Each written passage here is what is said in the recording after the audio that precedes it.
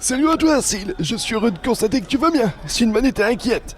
Hé, cette vieille fripouille, ouais, je suis rentré il y a moins d'une heure, j'ai eu des ennuis mécaniques avec mon vieux rafio, j'ai grillé le générateur électrique principal. Oui, c'est à quoi finir encore céleste, ça. Ça a bien fait, figure-toi, et t'imagines des gros titres. Un vétéran de Primus One est mort étouffé comme un con dans sa navette. Allez, balle-moi ça, je t'en ai fait une note pour t'en être sorti vivant. T'as la peau dure, Major. Dis-moi, Seth, qu'est-ce que tu sais sur le Starseeker qui a perdu Cériton? Oh, ça ne te pas dire cette histoire. Disons que je sais que le vaisseau a disparu dans des conditions étranges et qu'ils n'ont pas su l'expliquer à l'époque. Il y a d'ailleurs pas eu de témoin de cet incident. En tout cas, dis que c'est de Cériton. Tu penses que c'est possible qu'il ait pu sauter? Tu veux dire un bon FTL? Ouais. Eh bien, pourquoi pas. Cependant, la structure du hangar qu'il abritait aurait dû subir des dommages, des déformations dues à la conversion de masse du vaisseau en énergie et à la téléportation de celle-ci. De plus, au fur et à mesure que je réfléchis, je pense qu'il aura emporté une partie du hangar avec lui. L'effet de zone de cette conversion est assez étendu autour du vaisseau qui saute. Mais même encore aujourd'hui, alors à l'époque... Mais pourquoi cette question? Les Starseekers n'étaient pas équipés des moteurs FTL à l'époque, il me semble, non? Syl, nounours, regarde la jolie petite fille qui se cachait sous la couche de crasse que tu as rapportée. Je suis d'accord, c'est une super petite blonde. Seth, mon ami, je te présente Nevin, c'est grâce à elle que je suis là ce soir. Bonsoir jeune fille, bonsoir Sunny. Salut à toi, Seth. Alors, bonne journée. Eh bien, ma foi, oui, ça fait une journée enrichissante. Dis Nevin, qu'est-ce que tu veux boire? Non merci, ça ira. Ah mais si j'insiste, s'il te plaît, un cocktail de jus de fruits pour la demoiselle. Alors comme ça, un gros gaillard comme toi doit son salut à cette charmante enfant. Ouais.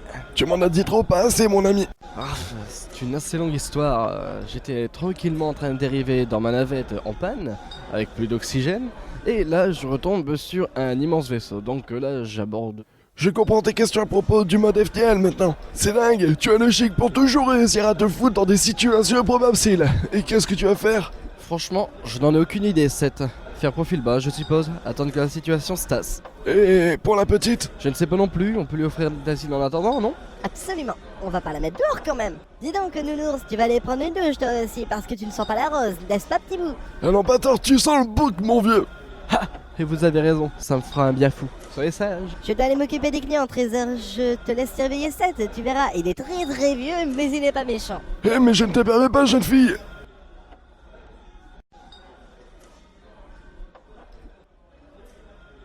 T'as l'air crevé, mon pauvre vieux. Je commence à être trop vieux pour ces conneries si tu veux mon avis. T'étais mieux entraîné il y a quelques années. Tu t'empâtes, mon vieux. Tu t'empâtes. Je crois que t'as raison. Seth, allez, je vais me coucher, j'en ai bien besoin. Je te remercie, Sani, Pour quelle raison? et pour accepter d'héberger de la petite, voyons. Quand tu veux, nounours. Si tu avais amené un gros bourrin qui sent la sueur, je ne serais certainement pas aussi ouverte. Mais ce petit bout est un croc qui est très joli, très gentil, comme tout. Et comment je pourrais te refuser ça, nounours? Je vais aller m'occuper de tes clients, je reviens, d'accord?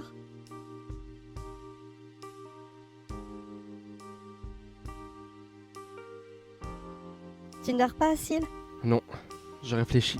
À propos de Nevin? Ouais. Il reste toutefois une question en suspens. Laquelle, Sani? Que va-t-on faire de ce petit bout? Je n'en sais rien, Sani. Je n'en sais rien.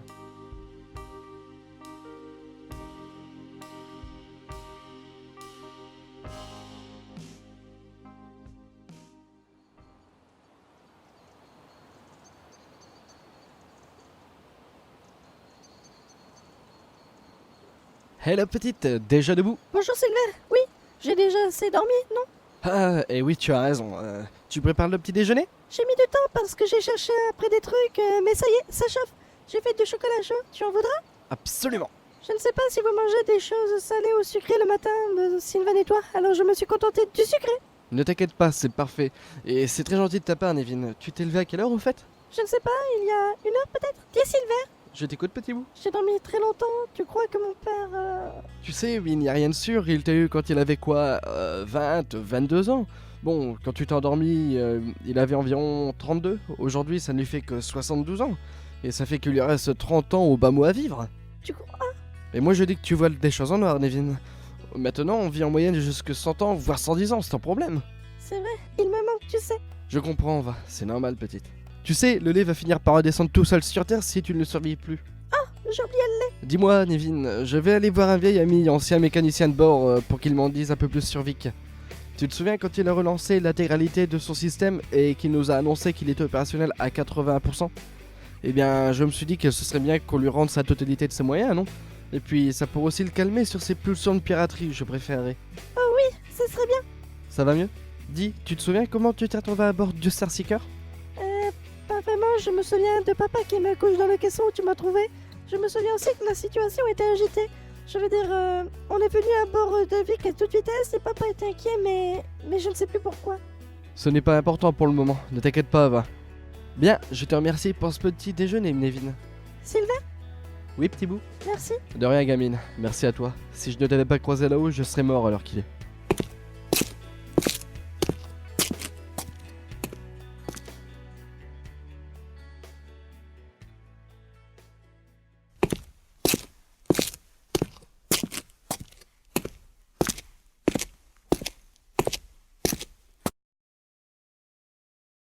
Ah, tu tombes bien, Nevin, j'ai terminé. Je file sous la douche et nous partons voir Stéphano, d'accord? D'accord, dis Sylvain, Oui, petit bout? je pourrais faire des exercices avec toi demain matin? Eh bien, oui, il va falloir s'entraîner dur, mais bon, ouais, on peut le faire. Quand j'étais petite, j'ai fait un reportage sur le réseau qui montrait que les gens qui passaient du temps dans l'espace s'affaiblissaient beaucoup. Et moi, j'ai passé beaucoup de temps dans l'espace. Je comprends. Et à propos, tu as encore mal aux jambes? Un peu, mais ça va. Parfait, bon, j'y vais. On part dans un quart d'heure, d'accord?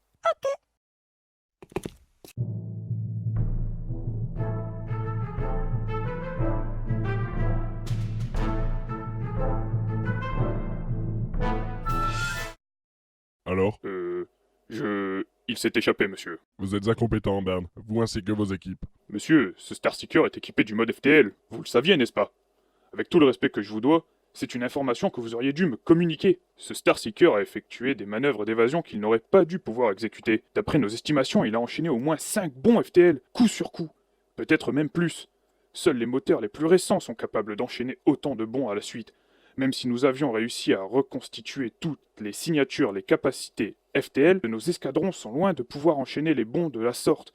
De plus, monsieur, comment un vaisseau vieux de 40 ans peut-il réussir ce genre de manœuvre? Taisez-vous, vous ne savez pas de quoi vous parlez. Ces informations relèvent du niveau d'autorisation que vous n'avez pas avec la compétence chronique que vous venez encore de démontrer et que vous n'aurez jamais. Il a dû être amélioré en profondeur pendant sa disparition. Je ne vois pas d'autre d'explication. C'est possible, mais j'en doute. Toujours est-il que je vous retire le dossier. Cela dépasse de loin les compétences que vous pouvez nous apporter. Mais monsieur, je... Je n'ai pas besoin de vous rappeler qu'une discrétion absolue de rigueur. Si jamais il y a des fuites et que nous remontons jusqu'à vous, c'est le tribunal militaire suivi de votre exécution. Suis-je clair, Barn? Très clair, monsieur. Suzy, Je vous écoute, monsieur. j'ai besoin d'une visioconférence cryptée dans les plus brefs délais avec le Premier ministre, le ministre de la Défense et le directeur honoraire de Cériton. Tout de suite, monsieur. Monsieur, vos contacts seront en ligne dans 25 minutes. Monsieur le ministre de la Défense Hathaway est en réunion pour le moment.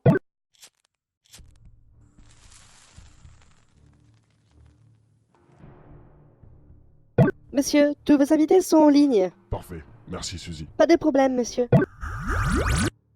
Messieurs, j'ai de bonnes nouvelles. À quel sujet, Cortés? Sparkles. Ah, pitié! Non, non, vous n'y êtes pas. Je ne parle pas du père, mais bien de la fille. Tu es en train de nous dire que tu as mis la main sur la fille Sparkles, Junano? Malheureusement, non, Friedrich. Cependant, un escadron de TRU a pris en chasse le Starseeker que Stéphane a perdu il y a 40 ans. Eh, mais j'ai rien perdu, c'est Sparkles qui l'a... Peu importe, tu l'as tracé, Cortés. À vrai dire, je ne sais pas où elle se trouve actuellement. Tu te fous de nous, Cortez? Quel est l'intérêt de cette conversation dans ce cas? L'intérêt, Stéphane, c'est que nous sommes désormais sûrs qu'elle est en vie. Et il est fort à parier qu'elle se trouvait à bord. Et qu'est-ce qui te permet d'affirmer ce genre de choses? Tu tiens des plans sur la comète parce qu'un escadron de Tacticals a pris en chasse un Starseeker et qui semble être celui qui a perdu Stéphane? Mais arrêtez de dire que... La ferme, Stéphane. Tu crois sincèrement qu'on l'a croisé par hasard? Son transpondeur a balancé son identification primaire. On est sûr que c'est LE Starseeker. Et puis tu me fais rire avec cette question à la con et comme si qu'il avait des centaines de Starseekers en service. Bon, d'accord. Admettons que ce soit le bon vaisseau. Qu'est-ce qui te fait croire que la fille Sparkles était à bord? Je ne sais pas. Une intuition. Encore une fois, tu te fiches de nous, Giuliano, c'est ça? Imaginez les applications si jamais nous... J'imagine surtout que t'es en plein délire, Giuliano. Ça fait 40 ans que tu t'accroches au Speralis et que tu exploites les travaux d'Aaron Sparkles. Pour quel résultat? Je te le demande. Rien. Tu n'as rien. Ton projet de super soldat boosté au Speralis est une chimère. Et quant à ton élixir de jouvence que tu nous fais miroiter, on n'en parle pas, hein? C'est mieux? Tu te trompes, Friedrich.